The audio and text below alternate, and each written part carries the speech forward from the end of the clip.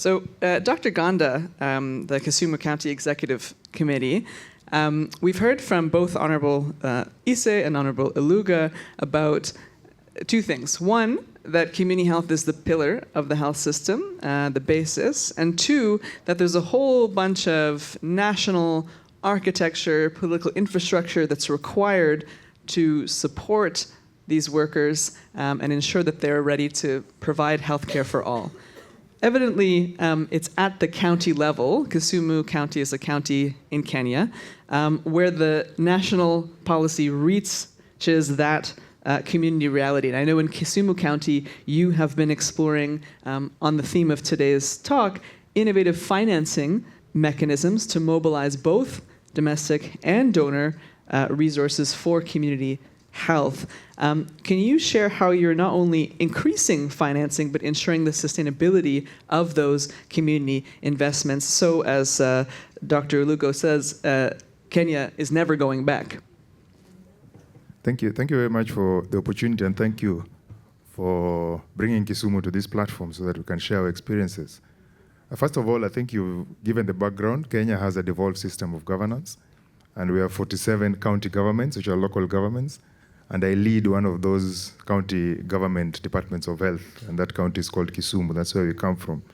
So as my colleague, Dr. Uma, had said earlier, political goodwill is a very strong thing. And for us in Kisumu, our governor, Professor Peter Anyang' Nyong'o, had this in his manifesto. So in 2017, when he came into government, he had put in his manifesto that he is going to strengthen community health, primary health, by strengthening community health. So for us, it was not an option. It was something that the County Department of Health had to deliver. And 2 years after his election, we had our first act in terms of policy. That was the Kisumu County Health Act. And inside that act, we had a paragraph which talked about community health. So now delivering on that policy which had community health became our problem. And what we did, he actually went to visit one of the counties and found something interesting, and pulled a new partner, Living Goods, to come to Kisumu. And so we did some cost-sharing agreement on how we could be able to deliver community health. And they gave us a lot of technical support in terms of digitization, in terms of supervision of community health workers, and they helped us using the platform that was formed nationally to form the first policy, county policy. Now, these are very important because these acts are what make it legal for government to be able to spend money. But then it makes it sustainable because any other government which comes in, there's a policy in place that allows it. So that by itself was able to allow us to sustain. And we started from 0 shillings government. It used to be purely funded by partners. But then after a while, we were investing $3.2 million US, and up to now, we're investing around $3.9 US every year for community health, showing that we are actually improving the amount of money we are putting in. But then something very nice happened in 2022. The president who came in also had community health as a pillar. And so that was very nice for us because in 2023, when we signed a cooperation agreement between the national government and county government on a cost-sharing model for community health workers, it brought in more money into the system. Our community health workers now got double the amount of stipend. They were getting $2,500. And then the national government also took over the issue of kitting them and buying commodities because it was a very expensive thing for us to be able to do as counties. And so that improved the amount of money which was available for the system. Now, coming into innovations, what are we doing? Apart from the policies that I've talked about that make sure that amount of money is always available, there was a second policy which was very important, something called the Facility Improvement Fund.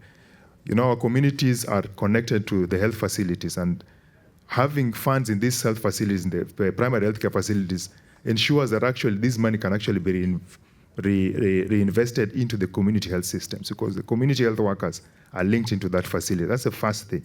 The second thing we've said is that the infrastructure is formed. You have a digitized person who walks house to house and visits every community member and has a digital platform. It's like a vehicle. When you buy a vehicle, if somebody comes, he must use the vehicle for you to get the returns.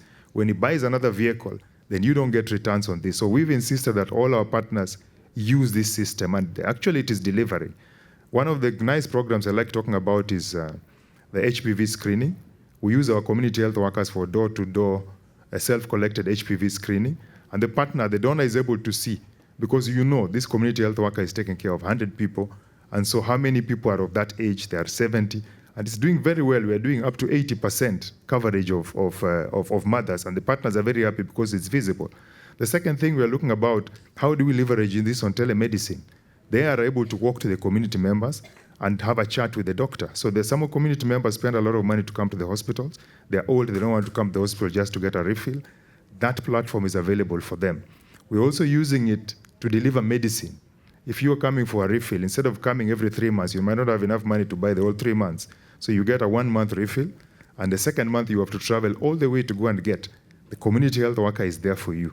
So this platform is actually increasing the amount of financing available into the system from all our programs and all our partners. And so we have been able to show that actually if we have good financing models and we can innovate around the financing, if we have political support, and if we work well with our partners, we are able to deliver the community health systems to our people and improve the primary healthcare systems. Thank you very much.